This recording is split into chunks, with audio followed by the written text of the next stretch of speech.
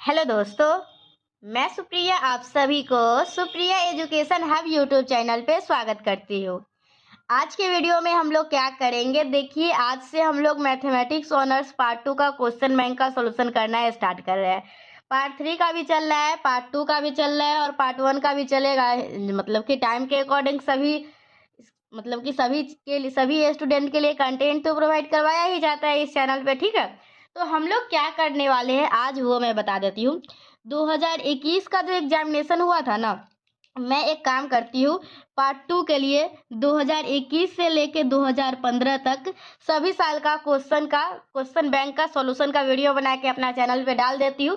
और अपना फ्यूचर में भी सभी स्टूडेंट, मतलब कि 21 से 24 वाले हो या फिर अभी तो 20 से 23 सेशन के स्टूडेंट देखेंगे, इसके बाद 21 से 24, फिर 22 से 25 अपना सभी स्टूडेंट अपना देखते रहेंगे, ठीक है। तो हम लोग 2021 से स्टार्ट कर रहे हैं और मैं आप लोगों को कोशिश करूंगी एक वीडियो में एक पूरा 2021 पूरा कंप्लीट करने का, ठीक है। तो चलिए आज का क्लास स्टार्ट करते हैं। तो एक वीडियो में 2021 फिर 2020, मतलब कि मुझे तो नहीं लगता कि सारा ग्रुप हो पाएगा, लेकिन हाँ एक ग्रुप हम लोग कर लेंगे। 2021 का सबसे पहला नंबर क्वेश्चन क्या है, state and prove Cauchy general principle of convergence. तो आप लोगों को ये Cauchy general principle of convergence क्या होता है ना, इसका पहले तो स्टेटमेंट लिखना है और फिर उसको प्रूफ करना है। तो चलिए ये थोड़ा सा देखिए, ये प्रूफ है ना, तो थोड़ा सा आप लोगों को खुद से भी दिमाग लगाना होगा। जरूरत नहीं कि जिसमें आप लोगों को प्रूफ में सब कुछ समझ में आ ही जाए, ठीक है। थोड़ा बहुत आप लोगों को इसमें याद भी करना पड़ेगा, लेकिन फिर भी मैं कोशिश करूंगी आप लोगों को समझाने की। तो चलिए सबसे पहले स्टेटमेंट जान लेते हैं कि आखिर Cauchy general principle of convergence क्या होगा। तो देखिए अगर मैं आसान लैंग्वेज में बताऊं ना, तो अगर कोई कॉची सीक्वेंस है तो वो कन्वर्जेंट होगा। मैं थोड़ा सा रफ कॉपी का इस्तेमाल करती हूँ, जस्ट वेट। तो देखिए मैं आप लोगों को समझाती हूँ क्या है बेसिकली। अगर कोई आप लोगों का कॉची सीक्वेंस है, क्या है, अगर कोई कॉची सीक्वेंस है ना, तो वो हम लोगों का कन्वर्जेंट होता है। क्या होता है? कन्वर्जेंट। यही है हम लोगों का Cauchy general principle of convergence. बस दोनों तरफ एरो दी हूँ, इसका क्या मतलब है, अगर कोई कॉची सीक्वेंस होगा तो वो कन्वर्जेंट है, और वो कन्वर्जेंट है तो वो एक कॉची सीक्वेंस होगा, ठीक है। ये करने का मतलब होता है इफ एंड ओनली इफ। तो देखिए कॉची सीक्वेंस है तो वो कन्वर्जेंट होगा, ये नेसेसरी कंडीशन हो जाएगा। और अगर वो कन्वर्जेंट है तो ये कॉची सीक्वेंस होगा, ये सफिशिएंट कंडीशन होगा, ठीक है। एक नेसेसरी कंडीशन हो जाएगा और एक सफिशिएंट कंडीशन हो जाएगा। यही होता है हम लोग का क्या, Cauchy general principle of convergence. और कॉची सीक्वेंस क्या होता है आप लोगों को, कॉची सीक्वेंस ये होता है कोई भी particular given arbitrary small positive number epsilon के लिए एक ऐसा नंबर एग्जिस्ट करेगा भी जो कि कुछ इस प्रकार से होगा, A N plus P minus of A N is less than epsilon for all N is greater than और इक्वल टू वी, ठीक है। तो ये आप लोगों का कॉची सीक्वेंस होता है। अगर पहले से आप लोगों को कॉची सीक्वेंस नहीं पता था तो मैं आप लोगों को बता दी, ठीक है। और देखिए जो भी स्टूडेंट 21 से 24 वाले इस वीडियो को देख रहे होंगे ना, तो वो लोग पता नहीं टॉपिक पढ़े हुए हैं या नहीं, तो आप लोग मेरे प्लेलिस्ट में जाके पढ़ सकते हैं। मैं आप लोगों को रियल एनालिसिस पढ़ाई हुई हूँ, ठीक है। बस सिर्फ हम लोग एक टॉपिक छोड़े हुए थे, जो थ्योरम को प्रूफ करना था ना, वो वाला भी हम लोग कर लेंगे। अभी 5-6 लेक्चर है, उसको अच्छे से कंप्लीट करके तब तक नोट्स बना के रखिए, ठीक है। तो आप लोग कॉची सीक्वेंस में वहाँ भी पढ़ाई थी। कॉची सीक्वेंस क्या कहता है, कोई भी एक arbitrary small positive number epsilon, मतलब कि कुछ इस प्रकार एग्जिस्ट करता है, A N plus P minus A N less than epsilon के। और हम लोग को क्या प्रूफ करना है, अभी हम लोग को प्रूफ करना है Cauchy general principle of convergence. तो Cauchy general principle of convergence क्या कहता है, अगर कोई भी सीक्वेंस कन्वर्जेंट है तो वो कॉची सीक्वेंस होगा, और वो कॉची सीक्वेंस है तो वो कन्वर्जेंट होगा। तो चलिए यहाँ पे देखते हैं क्या लिखा हुआ है, the necessary and sufficient condition for the convergence of a sequence, ठीक है। तो पहले तो इतना तो लिखना ही है, the necessary and sufficient condition for the convergence of a sequence a N is that for a given arbitrary small positive number epsilon there exists a positive number v such that, ठीक है। मतलब हम लोग का necessary and sufficient condition क्या है कि आप लोगों का ये a N plus P minus A n जो होगा वो लेस देन होगा एप्सिलॉन के, for all N is greater than v and for all positive integral of p. तो ये हम लोग का नेसेसरी एंड सफिशिएंट कंडीशन किसी भी सीक्वेंस के लिए ये डिफाइन कर दिया गया। अब हम लोग नेसेसरी कंडीशन पहले प्रूफ करेंगे और फिर सफिशिएंट कंडीशन। तो नेसेसरी कंडीशन में हम लोग क्या करेंगे, पहले मान लेंगे क्या ए एन एक कन्वर्जेंट है, मतलब कि ए एन जो है वो कन्वर्जेंट है, तो उसको हम लोग क्या दिखा देंगे, देखिए हम लोग पहले लेके चलेंगे, क्या लेके चलेंगे यहाँ समझिए। हम लोग इसमें नेसेसरी कंडीशन में क्या करेंगे, नेसेसरी कंडीशन में, सॉरी थोड़ा सा उल्टा मैं यहाँ पे बैठी हुई हूँ। नेसेसरी कंडीशन में क्या करेंगे, हम लोग मान के चलेंगे ए एन जो है वो कन्वर्जेंट है। तो ए एन अगर कन्वर्जेंट है तो वो क्या हम लोग को दिखाना क्या होगा, ए एन जो है वो कॉची सीक्वेंस है, और कॉची सीक्वेंस ए एन है दिखाने के लिए हम लोग को क्या दिखाना होगा, A N plus P minus A N is less than epsilon. तो चलिए अब हम लोगों को इसको दिखाना है, तो मैं थोड़ा थोड़ा आइडिया दे देती हूँ आप लोगों को, उसके बाद हम लोग उसको देखेंगे ना तो समझ में आएगा। देखिए ए एन एक कन्वर्जेंट सीक्वेंस है, और मैं आप लोगों को पढ़ाई हुई हूँ अगर कोई भी कन्वर्जेंट सीक्वेंस होता है ना तो उसके पास एक फाइनाइट लिमिट होता है, ठीक है। अगर उसके पास फाइनाइट लिमिट है तभी हम लोग बोलते हैं हाँ ये कन्वर्जेंट है। तो यहाँ ये बोला क्या है कि ए एन कन्वर्जेंट है, मतलब ए एन के पास एक फाइनाइट लिमिट होगा, और वो फाइनाइट लिमिट हम लोग क्या मान लेंगे, एल मान लेंगे, ठीक है। तो अगर और लिमिट का क्या डिफिनेशन बोलता है समझिए, लिमिट का डिफिनेशन ये बोलता है अगर ए एन कोई सीक्वेंस है और उसका लिमिट क्या है, एल है, तो हम लोगों का ए एन माइनस एल जो है वो लेस देन होता है किसके, एप्सिलॉन के होता है, ठीक है। तो अगर ये हम लोग का ये कंडीशन ये सही होता है किसके लिए, एन के सभी वैल्यू के लिए, ठीक है। तो अगर एन के सभी वैल्यू के लिए ये सही है तो ये इसके लिए भी सही होगा, A N plus P minus L less than epsilon. और ये एप्सिलॉन ना लेके हम लोग एप्सिलॉन बाई टू लेते हैं। एप्सिलॉन बाई टू क्यों लेते हैं, देखिए ऐसे डिफिनेशन के अकॉर्डिंग तो एप्सिलॉन होता है, लेकिन हम लोग एप्सिलॉन बाई टू लेते हैं क्योंकि एप्सिलॉन जो है ना एक बहुत ही आर्बिट्ररी स्मॉल पॉजिटिव नंबर है, तो हम लोग इसको एप्सिलॉन बाई टू भी ले सकते हैं, कोई खास फर्क नहीं पड़ेगा, ठीक है। तो ये हम लोग का है। और देखिए हम लोग को निकालना क्या है, एन प्लस एन, ये हम लोग को ये दिखाना है क्या, लेस देन एप्सिलॉन है, तो इसमें क्या कीजिए आप लोग माइनस एल और प्लस एल कर दीजिए, ठीक है। यहाँ तक आप लोगों को कोई दिक्कत हुआ नहीं हुआ। देखिए आप लोग ये थ्योरम का प्रूफ कहीं और देखने जाइएगा तो बिल्कुल नहीं समझ में आएगा, या फिर आप लोग कोचिंग में भी पढ़े होंगे ना तो ये इसका प्रूफ नहीं समझ में आया होगा, इसकी मैं गारंटी लेती हूँ, ठीक है। क्योंकि क्या रहने दीजिए, यहाँ पर ध्यान दीजिए, ये हम लोगों का है ना, तो इसको हम लोग क्या लिख सकते हैं, देखिए ए एन प्लस पी, और इसको एक साथ लिख लीजिए, और इसको माइनस कॉमन लेके लिख, तो हम लोग कहाँ पे थे, यहाँ पे थे। तो देखिए ए एन प्लस ये लिख लीजिए, और देखिए सॉरी यहाँ पे माइनस एल करें तो यहाँ प्लस हो जाएगा ना, क्योंकि देखिए अगर हम लोग का उसमें सेम नंबर को मल्टीप्लाई ऐड और सपरेट कर सकते हैं, कोई फर्क नहीं पड़ता है। तो ये दोनों को एक साथ कर लिए और इसमें से माइनस कॉमन ले लेते हैं, तो ए एन माइनस एल बच जाएगा, ठीक है, यही बचेगा ना, यस, ठीक है। तो यहाँ तक आप लोगों को समझ में आया, इसको हम लोग ये कैसे लिखे। चलिए अब मैं आप लोगों को एक प्रॉपर्टी बताती हूँ, कॉम्प्लेक्स नंबर में पढ़ना था या फिर कहीं भी पढ़ना था, आप लोग ये समझ लीजिए अगर नहीं जानते हैं तो। अगर कोई भी यहाँ पे है ना दो फंक्शन है तो ये हम लोग का किसके बराबर होता है, इसके अलग अलग मॉडुलस के बराबर होता है, ठीक है। बहुत सारे लोग को लगता है ये माइनस है तो यहाँ माइनस आएगा, लेकिन माइनस नहीं है, प्लस ही आता है, ठीक है। तो ये क्या होता है, तो हम लोग का ये दो फंक्शन है, दो दिया हुआ है ना, तो हम लोग इसको क्या करेंगे, इसको हम लोग क्या लिख सकते हैं, लेस देन ये वाला A N plus P minus L और प्लस ये वाला, ठीक है। और ये भी लेस देन में ही आएगा तो एक साथ लेस देन ले लेंगे तो हो जाएगा। तो ये हम लोग का ये हो गया, और ये किससे छोटा है, देखिए यहाँ पे हम लोग दिखाए ना, ये एप्सिलॉन बाई टू से छोटा है और ये भी एप्सिलॉन बाई टू से छोटा है।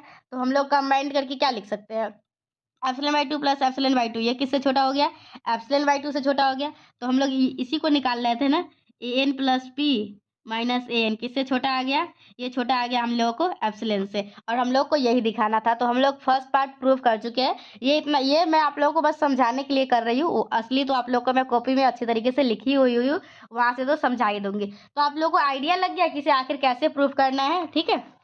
चलिए अब हम लोग देखते हैं यहाँ से, तो हम लोग का यही है, प्रूफ करना है। तो देखिए यहाँ पे अब हम लोग कहानी वगैरह सब लिखेंगे। Let the sequence a N is convergent, हम लोग क्या माने, ए एन सीक्वेंस जो हम लोग का कन्वर्जेंट है। तो अगर ये कन्वर्जेंट है तो then it must tend to a limit, अगर कोई भी कन्वर्जेंट होता है तो उसके पास पक्का एक लिमिट होता है, और वो जो लिमिट है हम लोग उसको क्या मान लेंगे, एल मान लेंगे। तो let L be such limit, तो अगर तो हम लोग अब लिमिट का डेफिनेशन यूज करेंगे। तो hence it follows that for a given arbitrary small positive number epsilon where exist a positive integer V such that क्या होगा, A N minus L less than epsilon by two for all N is greater than और equal to V, ठीक है। और इसको मान लेंगे हम लोग इक्वेशन 1, और ये सभी एन के लिए ये वाला ट्रू है, तो ये एन प्लस पी एन के लिए, एन प्लस पी के लिए भी ये कंडीशन सेटिस्फाई करेगा। Then it follows that this also, ठीक है, for all positive integral value of p. तो अब हम लोग क्या निकालेंगे, अब हम लोग निकालेंगे, देखिए थोड़ा सा मोबाइल मुझे, जस्ट वेट, थोड़ा सा मेरा कैमरा कुछ अलग कर, जस्ट वेट थोड़ा सा, यस अब आप लोग को अच्छे से दिख रहा है ना, हाँ। तो अब हम लोग निकालेंगे A N plus P minus A N, हम लोग क्या करेंगे, माइनस एल और प्लस एल कर देंगे, ठीक है। इसमें माइनस एल प्लस एल करके हम लोग इसको ले आएंगे, तो ये हम लोग दिखा दिए ये, ठीक है, यहाँ तक आप लोगों को कोई दिक्कत परेशानी नहीं होनी चाहिए। तो हम लोग इस तरीके से दिखा दिए क्या, an plus P minus an छोटा है किससे, एप्सिलॉन से। तो हम लोग बस हम लोग को नेसेसरी कंडीशन में यही दिखाना था, an अगर कन्वर्जेंट है तो ये होगा। अब हम लोग का सफिशिएंट कंडीशन में क्या है, सफिशिएंट कंडीशन में हम लोग को ये दिया हुआ है और हम लोग को दिखाना है an जो है वो कन्वर्जेंट है। ठीक है, तो an कन्वर्जेंट है तो हम लोग चलिए इसको भी दिखा देते हैं। चलिए हम लोग का यहाँ पे क्या दिया हुआ है, let an plus P minus an जो है वो छोटा है किससे, एप्सिलॉन से। For all n is greater than और equal to v, for all positive in integral value of p। ठीक है, तो ये हम लोग का ये इसका मतलब क्या होता है, ये भी मैं आप लोगों को समझा देती हूँ थोड़ा सा। देखिए अगर यहाँ पे an माइनस एल छोटा होता है किससे, तो ये हम लोग का किसके बराबर होता है, l माइनस एप्सिलॉन, और an और l प्लस एप्सिलॉन के बराबर होता है। ठीक है, तो यहाँ पे हम लोग का कंडीशन क्या है, an प्लस पी है और माइनस an है और लेस देन एप्सिलॉन है। तो यहाँ पे l माइनस एप्सिलॉन, तो यहाँ पे क्या हो जाएगा an माइनस एप्सिलॉन, और यहाँ पे an है मतलब ये वाला टर्म है, तो यहाँ पे क्या हो जाएगा an प्लस पी। ये वाला डेफिनेशन आप लोग याद किए होंगे। और यहाँ पे l प्लस ई, तो l यहाँ पे l की जगह पे ये है तो n प्लस एप्सिलॉन, तो ये वाला कंडीशन सेटिस्फाई होगा। तो बस हम लोग यही वाला बात लिखिए। ठीक है, for all n is greater than और equal to v and for all positive integral value of p। तो अगर आप लोगों को ये इस प्रकार की कंडीशन सेटिस्फाई होगा तो हम लोग क्या बोलेंगे, ये जो ये टर्म है ये क्या है, बाउंडेड है। बाउंडेड हम लोग किसको बोलते हैं, अगर हम लोगों को कोई भी टर्म के साथ क्या होता है, अगर उसमें बाउंडेड एबव और बाउंडेड बिलो दोनों के दोनों एग्जिस्ट करता है तो हम लोग क्या बोलते हैं, ये बाउंडेड है। तो इसमें आप लोग देख सकते हैं इसमें बाउंडेड एबव भी है और बाउंडेड बिलो भी है, तो हम लोग बोल सकते हैं ये बाउंडेड है। अब हम लोग अगर ये बाउंडेड है तो इसमें लिस्ट अपर बाउंड भी होगा, ग्रेटेस्ट लोअर बाउंड भी होगा। तो हम लोग कैपिटल एम मान लेंगे लिस्ट अपर बाउंड है और स्मॉल एम मान लेंगे ग्रेटेस्ट लोअर बाउंड है किसका, an प्लस पी का। ठीक है, तो अगर an प्लस पी तो हम लोग का क्या हो जाएगा, an प्लस पी किससे बड़ा होगा, कैपिटल एम माइनस एप्सिलॉन का, और an प्लस पी जो होगा वो छोटा किससे होगा, m प्लस एप्सिलॉन का। तो हम लोग बस इसको कंपेयर कर लेंगे तो हम लोगों का ये टर्म आएगा। ठीक है, और an प्लस पी जो है देखिए, तो ये माइनस एप्सिलॉन इधर जाएगा तो क्या हो जाएगा, प्लस हो जाएगा, और इधर ये प्लस एप्सिलॉन है तो इधर जाएगा तो क्या हो जाएगा, माइनस हो जाएगा। तो यहाँ से हम लोग क्या दिखाए, m जो है वो छोटा है किससे, an plus P plus epsilon को, और स्मॉल m जो है वो बड़ा है किससे, an plus P minus epsilon को। तो हम लोग तो m हम लोग निकाल लिए हुए, कैपिटल M और स्मॉल m। अब हम लोग क्या करेंगे, m माइनस m निकालेंगे। तो m माइनस m जो है वो दोनों टर्म को मतलब कि इसके ये वाला टर्म m है और ये स्मॉल m है, तो दोनों को सेपरेट कर देंगे तो हम लोग को क्या आ जाएगा, m minus m less than 2 epsilon आ गया। ठीक है, तो एप्सिलॉन जो है हम लोग का बहुत ही छोटा नंबर है, तो हम लोग मान सकते हैं ये अप्रॉक्स 0 के बराबर है। तो यहाँ से हम लोग का कैपिटल M और स्मॉल m दोनों आपस में बराबर आ गया। तो फ्रॉम 3 इक्वेशन 3 जो है ना, इक्वेशन 3 ये दोनों, तो उससे हम लोग कंपेयर करके क्या करेंगे, हम लोग दिखाएंगे क्या, an प्लस पी जो है वो ग्रेटर देन है m माइनस एप्सिलॉन को, और n प्लस पी जो है वो लेस देन है m प्लस m को। तो हम लोग इसको कंपेयर करके ये लिख सकते हैं, और ये अगर हम लोग इस फॉर्म में लिख सकते हैं तो इसका क्या मतलब हुआ, an प्लस पी जो है वो कन्वर्जेंट है और इसका लिमिट क्या है, कैपिटल M है। ठीक है, तो यहाँ पे an प्लस पी किसको टेंड कर रहा है, m को टेंड कर रहा है एज इन्फिनिटी a p पे। तो an प्लस पी यहाँ पे क्या आ गया, कन्वर्जेंट आ गया। तो अगर an प्लस पी कन्वर्जेंट है तो हम लोग का an भी कन्वर्जेंट हो जाएगा। ठीक है, तो इस तरीके से हम लोग इसको प्रूफ करेंगे। अब हम लोग देखेंगे क्वेश्चन नंबर बी। तो देखिए मैं क्वेश्चन लिख लेती हूँ और फिर आप लोगों को बी भी एक्सप्लेन करती हूँ। ओके, चलिए अब हम लोग नेक्स्ट क्वेश्चन देखेंगे। नेक्स्ट क्वेश्चन क्या है, देखिए, so that the help of Cauchy general principle of convergence that the sequence an equal to this is not convergent. ठीक है, तो आप लोगों को क्या दिखाना है, Cauchy general principle of convergence की सहायता से ये सीक्वेंस जो दिया हुआ है ना वो कन्वर्जेंट नहीं है। तो आप लोग थोड़ा सा आइडिया ले लीजिए क्या दिखाना है। बेसिकली देखिए Cauchy general principle of convergence क्या कहता है, अगर an plus P minus an जो है वो किससे छोटा होगा, लेस देन के। तो अगर ये हम लोग दिखा पाते हैं तो हम लोग क्या बोलेंगे, थोड़ा सा सीधा लिखते हैं। बेसिकली मैं जो बैठी हुई हूँ ना तो उल्टा टाइप का बैठी हुई हूँ। ठीक है, तो ये हम लोगों का ये दिखाना है। तो हम लोगों का क्या है, अगर हम लोग ये दिखा पाते हैं तो ये कन्वर्जेंट होगा, और अगर इसको हम लोग नहीं दिखा पाते हैं तो ये कन्वर्जेंट नहीं होगा। सिंपल सी बात है। तो हम लोग मान के चलेंगे क्या कि ये जो सीक्वेंस दिया हुआ है ना वो कन्वर्जेंट है, मतलब ये जो सीक्वेंस हम लोग का लेस देन 1/2 है। लेकिन जब हम लोग बाद में जाके देखेंगे तो हम लोगों को ये ग्रेटर देन आएगा। ठीक है, ग्रेटर देन कोई भी टर्म आएगा। तो चलिए जाके देख लेते हैं कैसे करेंगे। तो सबसे पहले थोड़ा सा बात बना लेते हैं। If the given sequence is convergent, अगर ये सीक्वेंस कन्वर्जेंट होगा, then by Cauchy general principle of convergence, Cauchy general principle of convergence क्या बोलता है, it follows that for a given arbitrary small positive number there exist a positive number m such that, इस प्रकार से, ठीक है, यहाँ पे फंक्शन f के रूप में डिफाइन है, f of n plus p minus of F N less than किसके, एप्सिलॉन के, for all n is greater than और equal to m for all positive integral value, ठीक है। तो अगर ये f of n plus P minus of F N है, मतलब ये आप लोग को टर्म दिया हुआ है, ठीक है, तो आप लोगों को क्या करना है, यहाँ पे ये n के जगह पे n प्लस पी रख के एक इक्वेशन बनाना है और एक n रख के, और दोनों को सब्ट्रैक्ट करके क्या आना चाहिए, लेस देन 1/2 आना चाहिए। देखिए ये 1 से 1 कट जाएगा, 1/2 से 1/2 कट जाएगा, 1/3 से 1/3 कट जाएगा, और यहाँ देखिए ये 1/n प्लस पी है, तो 1 इससे पहले 1/n प्लस 1 भी आया होगा, n प्लस 2 भी आया होगा, 1/n प्लस 3 भी आया होगा, ये सारे टर्म भी आया होगा ना, तो ये सारे टर्म तो बच जाएंगे क्योंकि इसमें तो वो टर्म है नहीं, तो कौन कौन टर्म बच जाएगा, 1/n प्लस 1, 1/n प्लस 2, 1/, मतलब कि ये 1/n प्लस पी तक टर्म बच जाएगा, और ये हम लोग को क्या होना चाहिए, लेस देन एप्सिलॉन को होना चाहिए, और इसको हम लोग क्या मान लेते हैं, इक्वेशन 1। अगर हम लोग इस कंडीशन को सेटिस्फाई करवा पाते हैं तो Cauchy general principle of convergence के अकॉर्डिंग ये सीरीज कन्वर्जेंट होगा, अदरवाइज नॉट कन्वर्जेंट होगा, ठीक है।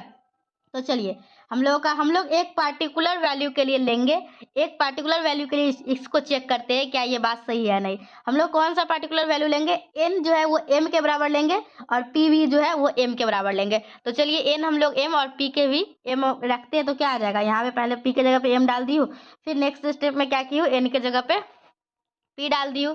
तो देखिए हम लोग का क्या आ जाएगा, तो हम लोग का ये n के जगह पे p डाल दिए, तो ये सारा टर्म हम लोगों को आ गया। एक पार्टिकुलर वैल्यू के लिए चेक कर रहे हैं इस इक्वेशन को, क्या ये इक्वेशन जो है वो सही बात है या गलत बात है, ठीक है। तो देखिए इसमें जितने भी टर्म है 1/m plus m, 1/m plus m, मतलब कि देखिए ये 1/m प्लस 1 किससे छोटा होगा, 1/m प्लस m से, मतलब ये जो बड़ा वाला टर्म है ना, तो इसमें जितने भी टर्म है वो सभी टर्म m प्लस m से छोटा होगा, ठीक है। तो हम लोगों का ये टर्म 1/m प्लस m से ये भी छोटा होगा, ये भी छोटा होगा, ये भी छोटा होगा, सारे के सारे टर्म 1/m प्लस m से छोटे होंगे। तो ये टोटल m टर्म है, और यहाँ m प्लस m मतलब कि ऐड करेंगे तो ये क्या हो जाएगा, m/m प्लस m, और ये m/m प्लस m क्या हो जाएगा, m/2m, और m से कट जाएगा, ये 1/2 आ जाएगा। तो आप लोग देख सकते हैं ये ग्रेटर देन 1/2 आया, और हम लोग को जो कि हम लोग को कॉन्ट्राडिक्ट कर रहा है क्या, ये लेस देन जो है एप्सिलॉन नहीं है। तो हम लोग क्या बोलेंगे, जो इक्वेशन 1 माने थे हम लोग, ये इसको कॉन्ट्राडिक्ट कर रहा है, ये तो मतलब ये कन्वर्जेंट नहीं है। मतलब अगर ये कन्वर्जेंट नहीं है तो क्या हो जाएगा, कन्वर्जेंट नहीं है तो ये हम लोग का नॉट कन्वर्जेंट हो जाएगा। समझ में आई बात, ठीक है। अब हम लोग का नेक्स्ट क्वेश्चन क्या है, prove that a monotonic decreasing sequence bounded below tends to its limit which is the greatest lower bound, ठीक है। तो अब हम लोग इसको कर लेते हैं, हम लोग एक ही वीडियो में 2021 के रियल एनालिसिस के सभी क्वेश्चन को कर लेंगे, ठीक है। तो अब हम लोग इसको देख लेते हैं। चलिए अब हम लोगों का नेक्स्ट क्वेश्चन क्या था, prove that a monotonic decreasing sequence bounded below tends to its limit which is the greatest lower bound, ठीक है। तो देखिए सबसे पहले क्या बोला जा रहा है, सो ध्यान से समझिए। इसमें बोला गया जो मोनोटोनिक डिक्रीजिंग सीक्वेंस होता है ना, वो ग्रेटेस्ट लोअर बाउंड को टेंड करता है। मतलब ध्यान से समझिए, हम लोग एक मोनोटोनिक डिक्रीजिंग सीक्वेंस मान लेंगे, ठीक है। क्या करेंगे, एक मोनोटोनिक डिक्रीजिंग सीक्वेंस मान लेंगे, और ये दिखाना है क्या, किसी ये टेंड कर रहा है, किसको टेंड कर रहा है, ग्रेटेस्ट लोअर बाउंड को। तो मान लेंगे क्या, ग्रेटेस्ट लोअर बाउंड p है, ठीक है। तो मतलब an माइनस पी जो करेंगे वो हम लोग का किसके लेस देन आएगा, लेस देन एप्सिलॉन का, ठीक है। अगर कोई भी देखिए, मतलब कि मैं आप लोग समझाती हूँ, अगर कोई लिमिट l होता है, ठीक है, l होता है, कोई सीक्वेंस है an और an का लिमिट l होता है, कहने का क्या मतलब है, an जो है अगर हम लोग n टेंड्स टू इनफाइनाइट लेते हैं तो इसका लिमिट क्या आता है, l आता है, ठीक है। तो ठीक उसी प्रकार से अगर इसमें बोला जा रहा है कि इसमें एक मोनोटोनिक डिक्रीजिंग सीक्वेंस है, तो हम लोग मान लेंगे ये मोनोटोनिक डिक्रीजिंग सीक्वेंस an है, और ये टेंड किसको कर रहा है, ये टेंड कर रहा है हम लोगों को ग्रेटेस्ट लोअर बाउंड को। तो मान लीजिए ग्रेटेस्ट लोअर बाउंड p है, तो ये इसको टेंड कर रहा है, मतलब an माइनस पी जो है वो लेस देन एप्सिलॉन को होगा। या फिर हम इसको दिखा देते हैं, क्या दिखा देते हैं, p minus epsilon less than an less than p plus epsilon. अगर हम लोग इसको भी दिखा देते हैं तो हम लोग को क्या होगा, मतलब कि इसको ये लिख सकते हैं, इसको ये लिख सकते हैं, ये सारी बात तो आप लोगों को पता हो ही गई होगी। तो चलिए अब हम लोग इसको करते हैं। सबसे पहले हम लोगों को मान लेंगे मोनोटोनिक डिक्रीजिंग सीक्वेंस क्या है, तो हम लोग मान लिए let an be a monotonic decreasing sequence, ठीक है। और जिसका ग्रेटेस्ट लोअर बाउंड क्या है, ग्रेटेस्ट लोअर बाउंड p है। तो डेफिनेशन से अब हम लोग डेफिनेशन यूज करेंगे, then by definition of greatest lower bound. तो ग्रेटेस्ट लोअर बाउंड का डेफिनेशन क्या बोलता है, देखिए समझिए, मैं थोड़ा सा आप लोगों को समझाना चाहती हूँ। देखिए जैसे मान लीजिए सेट में आप लोगों को एलिमेंट है 1 2 3 है, ठीक है। तो इसमें आप लोगों को मैं 4 चीज बताती हूँ। एक होता है हम लोगों का लीस्ट अपर बाउंड, एक होता है ग्रेटेस्ट लोअर बाउंड, और एक सीधा अपर मतलब कि रफ अपर बाउंड, मतलब कि समझिए सीधा सीधा, ज्यादा अति नहीं कीजिए। ये इसमें कोई एक ऐसा एलिमेंट खोजना है जिससे छोटा इस ग्रुप के सारे एलिमेंट हो। तो अगर मैं आप लोगों को बोलती हूँ 4 4 या फिर 4 से ऊपर कोई भी, तो हम लोग कोई एन बोलते हैं, ठीक है, एन टर्म। अगर मैं बोलती हूँ कोई एक 4 है इस सीक्वेंस में, ध्यान से समझिए, एन है, एन में जितने भी टर्म है सभी के सभी किससे छोटे हैं? 4 से छोटे हैं। क्या है? इस सीरीज में जितने भी टर्म है वो किससे छोटे हैं? 4 से छोटे हैं, ठीक है। तो इसको हम लोग इस तरीके से लिखे, या फिर इसको देखिए, इसको 4 की तरफ मुंह खुला हुआ है तो इस तरीके से भी लिख दे, ठीक है। तो ये जो 4 होता है ना, जो इसको हम लोग क्या बोलते हैं? इसको बोलते हैं हम लोग ग्रेटेस्ट लोअर बाउंड। क्या बोलते हैं? Greatest lower bound. और इसको क्या बोलते हैं हम लोग? इसको बोलते हैं लिस्ट अपर बाउंड, ठीक है। इसको क्या बोलते हैं? List upper bound. तो ये हम लोग का, ये मैं अभी इसमें ज़्यादा बेसिक में नहीं जाती हूँ, इसको छोड़ते हैं, बस सीधा समझा देती हूँ। ग्रेटेस्ट लोअर बाउंड का डेफिनेशन क्या होता है? ग्रेटेस्ट लोअर बाउंड का डेफिनेशन होता है हम लोगों का उस सीरीज, वो जो हम लोगों का जो भी सेट है ना, उसमें जो भी एलिमेंट होंगे ना, वो कोई एक खास एलिमेंट से बड़े होंगे, वो उसको हम लोग क्या बोलते हैं? ग्रेटेस्ट लोअर बाउंड, ठीक है। ग्रेटेस्ट लोअर बाउंड, यहाँ पे ये डिफिनीशन बस याद रखिए, ठीक है। किसी ये ग्रेटेस्ट लोअर बाउंड का ये डिफिनीशन है, ये लिस्ट अपर बाउंड का पूछे तो ये वाला n minus n is less than और इक्वल टू हो जाता है, ठीक है। तो ये हम लोगों का ये और ये दोनों क्या है? हम लोग का ग्रेटेस्ट लोअर बाउंड का डेफिनेशन है। अगर एन ग्रेटर देन और इक्वल टू एम होता है और एन जो है वो लेस देन होता है पी प्लस एप्सिलॉन के, for at least one value of n where epsilon is a arbitrary small positive number, ठीक है। किसी एक पार्टिकुलर वैल्यू के लिए ये ट्रू होता है, तो हम लोग मान लेंगे ये जो पार्टिकुलर वैल्यू के लिए ट्रू है वो हम लोग एम के बराबर मान लेंगे। तो let this true for n equal to M. तो हम लोग का क्या हो जाएगा? एन जो होगा वो एम होगा, m is less than p plus epsilon. तो देखिए हम लोगों को यहाँ तक समझ में आ गया इक्वेशन 2 तक। अभी तक हम लोग कुछ नहीं किए, सिर्फ डेफिनेशन यूज किए ग्रेटेस्ट लोअर बाउंड का, ठीक है। तो उसके बाद हम लोगों का क्या है? देखिए, तो एन जो हम लोग का क्या है? मोनोटोनिक। अब हम लोग का क्या बोला है? एन जो हम लोग माने हैं मोनोटोनिक डिक्रीजिंग सीक्वेंस है। अगर मोनोटोनिक डिक्रीजिंग सीक्वेंस है मतलब एन जो है वो लेस देन और इक्वल टू होगा किसके? एम के। और एम किससे लेस है? पी प्लस एप्सिलॉन के। तो एम के जगह पे हम लोग पी प्लस एप्सिलॉन लिख सकते हैं। तो ये इक्वेशन हम लोग का इक्वेशन 4 बन गया। अब हम लोग का देखिए इक्वेशन 1 क्या कह रहा है? एन जो है वो किससे बड़ा है? पी से। एन जो है वो किससे बड़ा है? पी से बड़ा है। तो एन जो है वो पी माइनस एप्सिलॉन से भी बड़ा होगा, ठीक है। जब पी से बड़ा है तो पी में से कुछ घटाएंगे तो वो भी टर्म तो एन से बड़ा ही होगा ना। तो ये हम लोग अगर इसको और इसको कंपेयर करना है 4 और 5 का, तो आप लोग 4 और 5 को कंपेयर करके क्या लिख सकते हैं? ये आराम से लिख सकते हैं, और इसको हम लोग ये लिख सकते हैं। तो यहाँ से आप लोग क्या पता चला? एन किसको टेंड कर रहा है? पी को। और एन क्या है? मोनोटोनिक डिक्रीजिंग सीक्वेंस, और पी क्या है? Greatest lower bound. तो मतलब आप लोग का ये जो मोनोटोनिक डिक्रीजिंग सीक्वेंस है ये किसको टेंड कर रहा है? ये ग्रेटेस्ट लोअर बाउंड को टेंड कर रहा है, ठीक है। सॉरी, चलिए अब सही है। तो ये हम लोगों को hence an tends to be the greatest lower bound of sequence an, तो thus every monotonic decreasing sequence tends to its greatest lower bound, ठीक है। देखिए मैं इस बार एक ऐसा प्लेलिस्ट आप लोगों को बना रही हूँ जिससे फ्यूचर में मतलब कि बहुत साल तक हमेशा काम आता रहेगा। तो ये क्वेश्चन बैंक का सोल्यूशन तो सबको देखना होता है, ठीक है। तो वो आप लोग आराम से देखते रहेंगे, और हर साल जिस दिन एग्जाम होगा उसी दिन उसका सोल्यूशन बना के मैं डाल दूंगी, ताकि मेरा टेंशन खत्म हो जाएगा और फिर मैं अपने पढ़ाई पर ध्यान दे सकूंगी, ठीक है।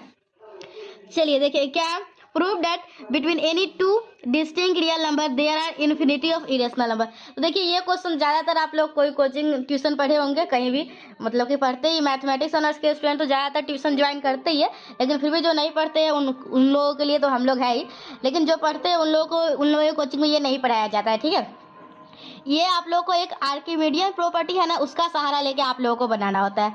आर्किमिडियन प्रॉपर्टी क्या बोलता है? अगर कोई भी दो नंबर है और वो बिलोंग कर रहा है पॉजिटिव नंबर में, ठीक है, जैसे एक्स वाई है, एक्स वाई बिलोंग कर रहा है किसमें? आर प्लस में, ठीक है, रियल नंबर जो कि पॉजिटिव होगा, तो हम लोगों का एन एक्स जो है ना, एन एक्स वो ग्रेटर होता है किससे? ग्रेटर होता है वाई से। एक आर्किमिडियन प्रॉपर्टी ये है। और दूसरा क्या है? देखिए मैं यहाँ पे लिख के बताऊंगी तो आप लोगों को ज़्यादा अच्छे से समझ में आएगा। देखिए, और हाँ, अगर आप लोगों को क्वेश्चन बैंक सोल्यूशन का पूरा पीडीएफ चाहिए होगा ना, तो आप लोग मुझे कांटेक्ट कर सकते हैं। मेरा टेलीग्राम आईडी क्या है? पर्सनल बता रही हूँ, ठीक है, @ग्रुप नहीं, @सुप्रिया एजुकेशन हब 01, ठीक है। ये टेलीग्राम आईडी है सुप्रिया एजुकेशन हब 01 और इंस्टा आईडी क्या है सुप्रिया एजुकेशन हब, ठीक है।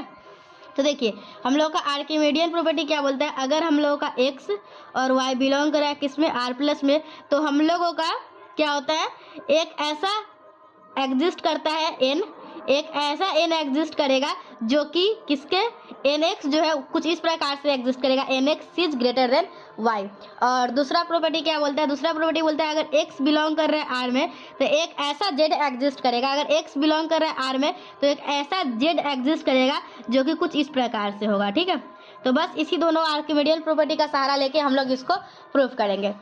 तो मान लिए क्या, let x and y be two real number such that, हम लोग मान लिए क्या एक्स और वाई जो है ना वो दो रियल नंबर है, और किस प्रकार से है, वाई है ना, वाई बड़ा है एक्स से, तो वाई अगर बड़ा है एक्स से तो वाई में से एक्स घटाएंगे तो कोई पॉजिटिव वैल्यू ही आएगा, ठीक है। तो हम लोग मान लेंगे अब क्या, वाई माइनस एक्स और 1 जो है वो दो पॉजिटिव नंबर है। तो आर्किमिडियन प्रॉपर्टी क्या बोलता है, अगर कोई दो पॉजिटिव नंबर है तो हम लोगों का एन टाइम्स ऑफ पहले वाला टर्म क्या होता है, एन टाइम्स ऑफ पहले वाला टर्म ग्रेटर देन किसके होगा, वाई के, ठीक है। ध्यान से समझिए, यहाँ पे हम लोगों का एक देखिए दो पॉजिटिव नंबर हम लोग लिए है ना, दो क्या R2 पॉजिटिव रियल नंबर लिए, ठीक है। तो ध्यान से समझिए, एक आर्किमिडियन प्रॉपर्टी क्या बोलता है, अगर दो पॉजिटिव इंटीजर लेंगे, क्या करेंगे, अगर दो पॉजिटिव इंटीजर लेते हैं तो हम लोगों का कुछ इस प्रकार से एग्जिस्ट करता है एन, कि एन जो है एन इंटू एक्स किसके बड़ा होता है, वाई से बड़ा होता है। तो यहाँ पे वाई माइनस एक्स एक टर्म लिए और एक टर्म क्या लिए, 1 लिए, ये हम लोग का यहाँ पे एक्स है और ये यहाँ पे हम लोग का क्या है, वाई है। तो हम लोग का क्या बोलता है Archimedean property, N into x मतलब एन, और यहाँ एक्स की जगह पे क्या है, वाई माइनस एक्स है, और ये ग्रेटर किससे होता है, वाई से, और यहाँ वाई की जगह पे क्या है 1। तो हम लोग इसको मल्टीप्लाई कर देंगे तो n y minus n x किससे बड़ा हो गया, 1 से। तो यहाँ क्या आ गया, एन वाई किससे बड़ा है, एन एक्स प्लस 1 से। तो यहाँ एन एक्स प्लस 1 जो है वो किससे छोटा हो गया, मतलब सही से देखिएगा ना, इसको ध्यान से देखिएगा। तो एन एक्स प्लस 1 की तरफ मुँह मतलब ऐसे है ना, एन वाई की तरफ मुँह खुला हुआ है, तो एन वाई की तरफ मुँह खोल के अगर लिखिएगा तो ये आप लोग लिख दीजिएगा।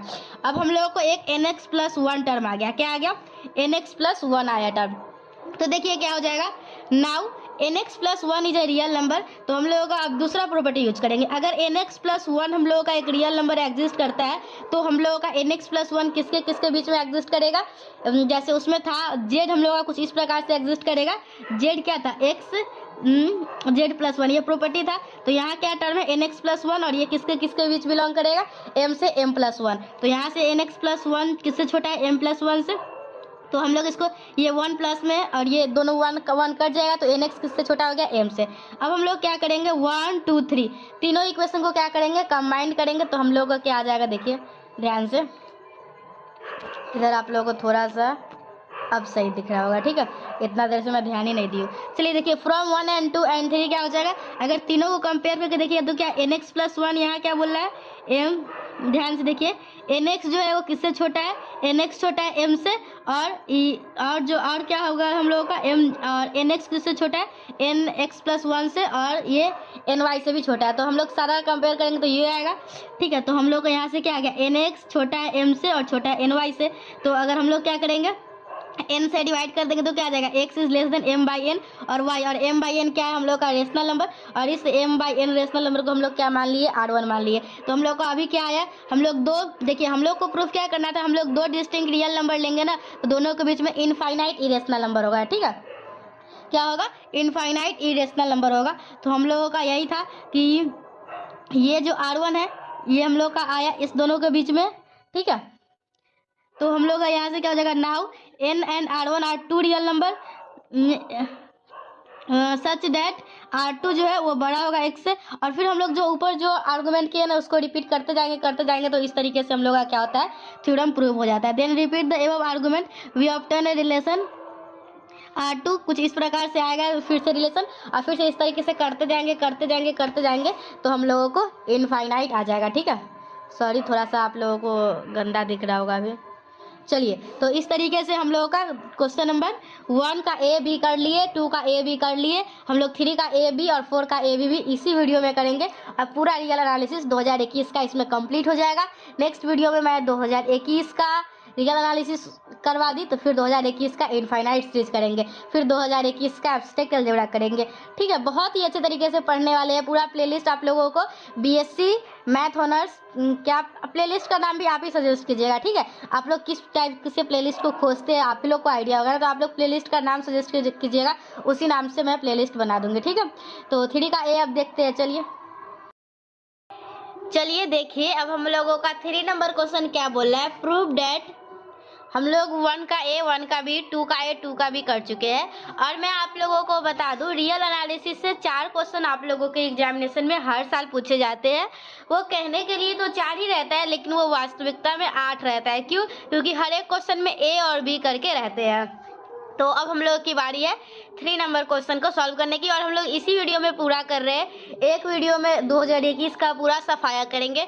तो आप लोग अपने फ्रेंड्स के पास वीडियो को जरूर शेयर कीजिएगा, अगर आप लोगों को लगेगा कि ये वीडियो आप लोगों के एग्जामिनेशन में हेल्प कर सकता है तो। ठीक है, क्या है, prove that if a function F X is continuous. आप लोगों को क्या प्रूव करना है, अगर आप लोगों का कोई फंक्शन एफ एक्स है जो कि कंटिन्यूअस है किसी क्लोज इंटरवल ए से बी में, तो एफ एक्स जो है ना वो अटेन करेगा its bound at least 1 in a b. तो देखिए, पहले मेरा बात सुनिए ध्यान से। अगर कोई फंक्शन कंटिन्यूअस है ना, क्या मतलब, अगर कोई फंक्शन कंटिन्यूअस है तो वो फंक्शन बाउंडेड भी होता है। ठीक है, और अगर हम लोग किसी फंक्शन को बाउंडेड कब बोलते हैं, तो हम लोग किसी फंक्शन को बाउंडेड तब बोलते हैं जब उसके पास हम लोगों को अपर बाउंड और लीस्ट अपर बाउंड और ग्रेटेस्ट लोअर बाउंड उसमें एग्जिस्ट करता है। तो यही बोल रहा है कि इसमें कि आप लोगों का अगर कोई भी फंक्शन कंटिन्यूअस है ना, तो वो कम से कम एक बार वो अपने बाउंड को, मतलब लिस्ट अपर बाउंड हो या फिर ग्रेटेस्ट लोअर बाउंड, एक बार वो जरूर उस वैल्यू पे जाएगा। मतलब अगर हम लोग फंक्शन मानते हैं एफ एक्स, और अगर हम लोग उसका, मैं थोड़ा रफ में आप लोगों को समझाती हूँ, इस कॉपी को गंदा नहीं करना चाहती हूँ, क्योंकि आप लोग अगर पीडीएफ मुझसे परचेज करने आएंगे ना, तो यही पीडीएफ मिलेगा। इसी को अच्छे से मैं पीडीएफ फॉर्मेट में चेंज करके आप लोगों को दूंगी। ठीक है, ऐसे पीडीएफ तो रेडी हो चुका है, लेकिन फिर भी कचरा नहीं करते हैं। कोई फंक्शन हम लोग का एफ एक्स है। ठीक है, क्या है, कोई फंक्शन हम लोगों का एफ एक्स है, तो हम लोग आप लोग मान लीजिए इसका least upper bound capital M है और greatest lower bound small m है। तो हम लोग कम से कम एक वैल्यू के लिए एफ एक्स जो है ना वो एम के बराबर होगा। ठीक है, हम लोगों को बस यही दिखाना है। तो चलिए अब हम लोग इसमें देखेंगे क्या क्या है। क्लियर तो दिख ही रहा होगा जहाँ तक मुझे लग रहा है। चलिए, यस, देखिए सबसे पहले क्या लिखा हुआ है, since F X is continuous in the closed interval. Function continuous question में ही दिया हुआ है। अगर फंक्शन कंटिन्यूअस है तो therefore F X is bounded होगा। कोई भी फंक्शन कंटिन्यूअस होता है तो वो बाउंडेड होता है। तो अगर वो बाउंडेड है तो हम लोग किसी फंक्शन को बाउंडेड कब बोलते हैं, जब उसमें लिस्ट अपर बाउंड और ग्रेटेस्ट लोअर बाउंड एग्जिस्ट करता है। तो वही लिखा हुआ है, let M and small m be the least upper bound and greatest lower bound of F x in a b respectively. यहाँ तक कोई दिक्कत नहीं हुआ है।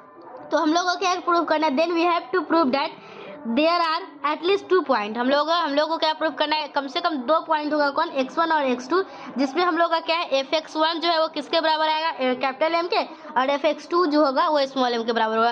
कम से कम एक वैल्यू के लिए तो वो होगा ही। तो चलिए हम लोग इसको प्रूव करते हैं। तो इसको प्रूव करेंगे हम लोग कॉन्ट्राडिक्शन की हेल्प से। मतलब हम लोग पहले मान लेंगे क्या fx1 जो है वो किस m के बराबर नहीं है। तो चलिए, if possible let fx1 not equal to m।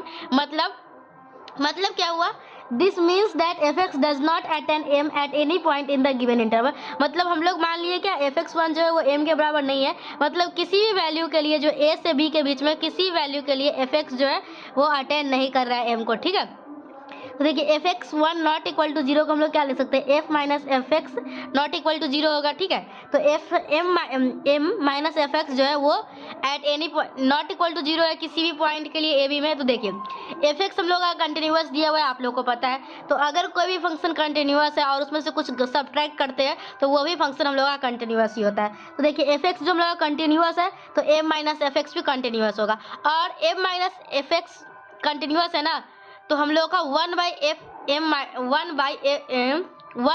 M minus F X भी जो है वो क्या होगा, कंटिन्यूअस ही होगा। समझ में आया, ये थ्योरम वगैरह है, मतलब कि ये आप लोगों को बेसिक बातें हैं जो कि पता होना चाहिए। क्या है, अगर कोई भी फंक्शन हम लोगों का कंटिन्यूअस है तो अगर उसमें कुछ सब्ट्रैक्ट करते हैं, ठीक है, तो हम लोग का वही फंक्शन कंटिन्यूअस होता है, और उसका रेसिप्रोकल भी करते हैं तो वो भी हम लोग का कंटिन्यूअस ही होता है। तो यहाँ पे देखिए क्या है, we know that a function which is continuous in an interval A B is bounded therein. तो अगर कोई फंक्शन कंटिन्यूअस होता है तो वो बाउंडेड होता है, अभी हम लोग पहले शुरू में सबसे पहला लाइन तो यही लिखा हुआ था, since F X is continuous therefore F X is bounded. ठीक है, हम लोग का कोई भी फंक्शन कंटिन्यूअस होता है तो वो क्या होता है, बाउंडेड होता है। बाउंडेड होने का क्या मतलब है, इसमें लीस्ट अपर बाउंड और ग्रेटेस्ट लोअर बाउंड एग्जिस्ट करेगा। लीस्ट अपर बाउंड अगर मान लेते हैं, चलिए आगे देखिए आगे कैसे कैसे किया गया है। तो क्या है, 1/m माइनस एफ एक्स जो है वो क्या है, बाउंडेड है ए बी में। तो बाउंडेड है मतलब क्या है, इसमें लीस्ट अपर बाउंड और ग्रेटेस्ट लोअर बाउंड दोनों एग्जिस्ट करेगा। तो चलिए हम लोग मान लेते हैं क्या कि इसमें लीस्ट अपर बाउंड एग्जिस्ट कर रहा है, जो कि किसके बराबर है, जी के बराबर है लीस्ट अपर बाउंड। ठीक है, और जी एक पॉजिटिव नंबर है इसलिए ग्रेटर देन 0 लिया गया है। तो हम लोग का देखिए लीस्ट अपर बाउंड का डेफिनेशन क्या बोलता है, वो जो फंक्शन है वो किससे, वो लेस देन होगा, वो टर्म जो है वो इससे जी से। ठीक है, ये लीस्ट अपर बाउंड का डेफिनेशन है। तो यहाँ से देखिए क्रॉस मल्टीप्लिकेशन करके हम लोग निकाल सकते हैं m माइनस एफ एक्स किसके बड़ा है, 1/g के। तो हम लोग का क्या हो जाएगा, m माइनस एफ एक्स क्या है, तो 1/g को इधर ले आइए तो हम लोग का ये हो जाएगा, इसको सॉल्व कर लेंगे तो यहाँ से हो जाएगा। तो यहाँ आप लोग क्या देख रहे हैं, एफ एक्स जो है वो लेस देन और इक्वल टू है किसके, m माइनस 1/g के, जो कि कॉन्ट्राडिक्ट कर रहा है क्या, किसी m जो है इसका लिस्ट अपर बाउंड है। हम लोग मान के क्या चले थे, m जो है वो लिस्ट अपर बाउंड नहीं है, और आप लोग यहाँ पे देख रहे हैं कि ये फंक्शन जो है वो छोटा है किसे, m से। तो ये हम लोगों का क्या है, m जो है m वो क्या है, इसका लिस्ट अपर बाउंड है। तो which contradicts that the fact m is the least upper bound of fx, तो hence our supposition that fx does not attain m at any point in ab is wrong, so fx attains its least upper bound m at least once in the given interval। ठीक है, तो इसी तरीके से similarly we can prove that fx attains its greatest lower bound, जिस तरीके से हम लोग अभी प्रूव करके दिखाएंगे मैं आप लोगों को किस लिस्ट अपर बाउंड ये एग्जिस्ट कर रहा है, उसी तरीके से हम लोग ग्रेटेस्ट लोअर बाउंड को भी दिखा सकते हैं, लेकिन दोनों दिखाने की जरूरत नहीं है, सिमिलरली लिख के काम हो जाएगा। ठीक है, similarly we can prove that fx attains its greatest lower bound m small m at least once in the given interval a से b। तो ये हम लोगों का थ्योरम था। ठीक है, चलिए अब हम लोग का नेक्स्ट क्वेश्चन क्या है, ऑप्शन नंबर बी। और देखिए ये क्वेश्चन हर साल आता है और आप लोग को इसको समझने की कोशिश करनी चाहिए। ठीक है, तो देखिए आप लोगों का क्या है, is the function F x, हम लोग का एक फंक्शन एफ एक्स है x into sine of 1/x। बताना है कि ये क्या कंटिन्यूअस है और डिफरेंशिएबल है या नहीं। ठीक है, दोनों चीज चेक करना है x इक्वल टू 0 पे। तो देखिए कंटिन्यूअस होने के लिए हम लोगों को क्या चेक करना होगा, ध्यान दीजिए, आप लोगों को लेफ्ट हैंड लिमिट निकालना होगा। ठीक है, F of A minus H, और क्या करना होगा, राइट हैंड लिमिट निकालना होगा, F H tends to 0 F of A plus H, और आप लोगों को क्या करना होगा, वैल्यू ऑफ फंक्शन निकालना होगा। ठीक है, अगर आप लोगों को ये तीनों के तीनों आपस में बराबर आते हैं तो वो फंक्शन कंटिन्यूअस होगा, अदरवाइज नहीं होगा। और डिफरेंशिएबिलिटी के लिए क्या करना होता है, राइट हैंड लिमिट निकालना होता है। ठीक है, और लेफ्ट हैंड लिमिट निकालना होता है। ठीक है, एफ ऑफ, ठीक है, ये दोनों निकालना होता है, दोनों आपस में बराबर होते हैं। फिर हम लोग देखते हैं आगे का बात। तो चलिए अभी इतना ही समझिए, हम लोग आगे आते हैं तो फिर बात करते हैं। तो हम लोग को पहले तो कंटिन्यूटी का चेक कर लेंगे। तो हम लोग निकालेंगे F of A plus H, और यहाँ किस पे निकालना है, 0 पे निकालना है, तो ए 0 हो जाएगा। तो हम लोग इसको सॉल्व करेंगे। अब मुझे पता नहीं क्यों लग रहा है कि इसे एकदम धुंधला धुंधला है, शायद कैमरा में कुछ प्रॉब्लम है क्या। अच्छा ठीक है, देखिए यहाँ हम लोग ये अब देखिए अब यहाँ पे क्या किए हम लोग, एफ ऑफ 0 प्लस एच है ना। ठीक है, तो मतलब हम लोग का जो फंक्शन है ना, फंक्शन उसमें एक्स के जगह पे 0 प्लस एच डालना है। तो एक्स की जगह पे यहाँ पे 0 प्लस एच डाले हैं। तो हम लोग x की जगह पे 0 प्लस एच डाले और यहाँ भी x की जगह पे 0 प्लस एच डाले। 0 प्लस एच क्या हो जाएगा, h ही होगा, और 0 प्लस एच h ही होगा, और h इंटू साइन 1/h क्या हो जाएगा, h की जगह पे 0 डालेंगे तो 0 इंटू कुछ भी करेंगे तो क्या आएगा, 0 ही आएगा। ठीक है, फिर हम लोग क्या करेंगे, एफ ऑफ 0 माइनस एच निकालेंगे। तो हम लोग यहाँ पे 0 माइनस एच और x की जगह पे 0 माइनस एच डाल देंगे और इसको सॉल्व करेंगे तो 0 आएगा। और एफ ऑफ 0 के लिए फंक्शन यहाँ पे आप लोग को दिया हुआ है, एफ ऑफ 0 के लिए क्या है, 0 है, मतलब तीनों आपस में बराबर है। तो हम लोग बोल सकते हैं क्या, एफ एक्स कंटिन्यूअस है। अब चलिए हम लोग राइट हैंड डेरिवेटिव निकाल लेते हैं। तो राइट हैंड डेरिवेटिव निकालते हैं तो हम लोगों का एग्जिस्ट ही नहीं करता है। ठीक है, साइन 1/h आ रहा है जो कि एग्जिस्ट ही नहीं करता है। फिर हम लोग क्या करेंगे, लेफ्ट हैंड डेरिवेटिव निकालेंगे तो ये भी हम लोगों का एग्जिस्ट ही नहीं करता है। जब दोनों एग्जिस्ट ही नहीं करता है तो दोनों की डिफरेंशिएबल होने की बात ही हटा दीजिए। ठीक है, तो इस तरीके से हम लोगों का 1 का एक कंप्लीट हो चुका है, 1 का भी कंप्लीट हो चुका है, 2 का एक कंप्लीट हो चुका है, 2 का भी कंप्लीट हो चुका है, 3 का एक कंप्लीट हो चुका है, 3 का भी कंप्लीट हो चुका है। ये 6 क्वेश्चन मैं बताई हूँ, आप लोगों को 6 वीडियो में प्रोवाइड भी करवा सकती थी, लेकिन धीरे धीरे डेली क्यों टाइम वेस्ट करना है, एक ही वीडियो में सारा काम खत्म करते हैं। ठीक है, अब हम लोग क्या करेंगे, क्वेश्चन नंबर 4 का ए और बी करेंगे और फिर हम लोग इस वीडियो को खत्म करेंगे। ठीक है, पहले हम लोग जानेंगे आखिर ये रॉल्स थ्योरम होता क्या है। तो मेरी बात ध्यान से समझिए, रॉल्स थ्योरम होने के लिए एक हम लोगों का एफ फंक्शन होगा, अगर वो कंटिन्यूअस है क्लोज्ड इंटरवल ए से बी में, और वो डिफरेंशिएबल है ओपन इंटरवल ए से बी में, और तीसरा कंडीशन है एफ ऑफ ए इक्वल है एफ ऑफ बी के। अगर तीनों कंडीशन सेटिस्फाई हो रहा है तो हम लोगों का एक सी जो है, एक ऐसा सी एग्जिस्ट करेगा जो कि एफ डैश सी बराबर होगा 0 के, और सी का वैल्यू जो है वो ए और बी के बीच में लाई करेगा। ओके, यही है हम लोग का रॉल्स थ्योरम। अगर आप चलते फिरते कोई पूछ ले आपसे रॉल्स थ्योरम क्या होता है तो आप लोग बता दीजिएगा। देखिए, अगर कोई फंक्शन एफ एक्स कंटिन्यूस है क्लोज इंटरवल ए से बी में, और एफ एक्स अगर डिफरेंशिएबल है ओपन इंटरवल ए से बी में, और एफ ऑफ ए और एफ ऑफ बी आपस में बराबर होता है, अगर ये तीनों कंडीशन सेटिस्फाई होता है तो हम लोगों का एक ऐसा सी एग्जिस्ट करता है जो कि एफ डैश सी बराबर होता है 0 के, और सी का जो वैल्यू है वो ए और बी के बीच में कोई लाई करता है। ये स्टेटमेंट समझ गए, तो थोड़ा सा आप अच्छे भाषा में लिखा हुआ समझ लीजिए। देखिए क्या है, if a function F X B defined such that, first क्या, F X is continuous at every point of the close interval A से बी। क्लोज इंटरवल मतलब ए और बी को इंक्लूड करना है। ओके, और सेकेंड क्या है, एफ एक्स डिफरेंशिएबल कहने का मतलब है एफ डैश एक्स निकाल सकते हैं। ओके, उसको डिफ्रेंशिएट कर सकते हैं, तो हम लोग का क्या हो जाएगा, F dash X exist at every point of the open interval A से बी, डैट मीन्स ए और बी को इंक्लूड नहीं करना है। और तीसरा पॉइंट क्या है, F of A equal to F of B. तो अगर ये तीनों कंडीशन सेटिस्फाई होता है then there exist at least one value of X. Okay, then there exist at least one value of X say C.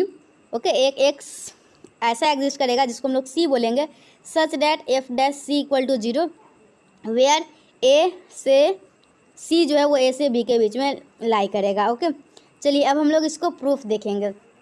Statement समझ गए, स्टेटमेंट समझने में किसी को भी कोई प्रॉब्लम नहीं होती है और आप लोगों को भी नहीं हुआ होगा, लेकिन प्रूफ समझने में बहुतों को प्रॉब्लम होती है, लेकिन आप लोगों को नहीं होगा। मैं आप लोगों को प्यार से समझाऊंगी बहुत ही अच्छी तरीके से। ओके, तो देखिए सबसे पहले हम लोग को यहाँ पे क्या दिया हुआ है, एफ एक्स जो है रॉल्स थ्योरम के लिए वो तीनों कंडीशन सेटिस्फाई होगा, तो उसके बाद हम लोग का एफ डैश सी एग्जिस्ट करेगा जिसके इक्वल 0 के होगा, वो बाद में देखेंगे। सबसे पहले यहाँ ये देखिए क्या दिया गया हुआ है, इसमें दिया गया हुआ है एफ एक्स जो है ये कंटिन्यूअस है। और मैं आप लोगों को एक बात बता दूं, अगर कोई भी फंक्शन कंटिन्यूअस है मतलब वो बाउंडेड होगा। ओके, अगर कोई फंक्शन कंटिन्यूअस है तो हम लोग बोल सकते हैं वो फंक्शन बाउंडेड है। तो अगर एफ एक्स हम लोग का कंटिन्यूअस है तो मतलब एफ एक्स बाउंडेड है। और बाउंडेड किसको बोलते हैं, बाउंडेड हम लोग उसको बोलते हैं अगर वो फंक्शन जो है वो बाउंडेड एबव भी होता है और बाउंडेड बिलो भी होता है, तो हम लोग उसको क्या बोलते हैं, ये फंक्शन है बाउंडेड है। ओके, और उसमें अगर वो फंक्शन बाउंडेड एबव भी है, उसमें बाउंडेड बिलो भी है, मतलब उसमें एक ग्रेटेस्ट अपर बाउंड भी एग्जिस्ट करेगा और उसमें एक लिस्ट अपर बाउंड भी एग्जिस्ट करेगा। ओके, तो यही बात हम लोग को यहाँ पे लिखा गया है। देखिए, since F X is continuous, F x जो है वो कंटिन्यूअस है क्लोज इंटरवल ए से बी में, तो देयर फोर एफ एक्स जो है वो बाउंडेड होगा। अगर कोई भी फंक्शन कंटिन्यूअस होता है तो वो बाउंडेड भी होता है। ओके, ये पहले का थ्योरम है। ओके, तो डैट मीन्स एफ एक्स जो है, अगर एफ एक्स बाउंडेड है मतलब इसके पास ये बाउंडेड एबव भी होगा और बाउंडेड बिलो भी होगा, मतलब F X is bounded above and bounded below in A से B, and hence and moreover it attains its bound. Okay, at least once in A से बी, ए और ए से बी के बीच में कम से कम एक बार वो अपना बाउंड जो है वो ज़रूर अटेन करेगा। तो हम लोग मान लेंगे क्या इसमें एम और एम। ओके, कैपिटल एम और small M, capital M least upper bound और small M greatest lower bound. Okay, of F x in A से बी रिस्पेक्टिवली।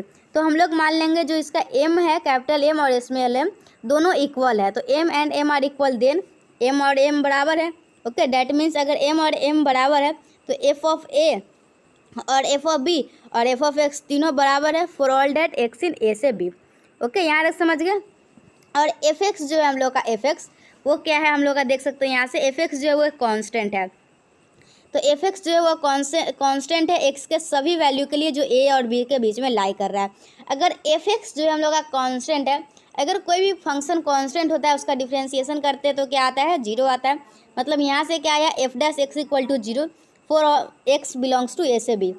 एंड कंसिक्वेंटली अगर सी के लिए देखते हैं तो F dash C equal to 0 आता है for any point C belongs to A से बी ओपन इंटरवल में। तो ये देख लिए हम लोग पहला क्या कंडीशन माने, पहला माने एम और एम आपस में बराबर है, दूसरा मानेंगे एम और एम आपस में बराबर नहीं है। तो if m and m are not equal to then at least one of m and m must be different from f of a equal to f of b। Okay, f of a और f of b से अलग होगा। Since F X is continuous in interval, तो F x जो है वो continuous है, continuous है मतलब बाउंडेड होगा, बाउंडेड होगा तो उसमें मतलब लिस्ट अपर बाउंड एग्जिस्ट करेगा ही।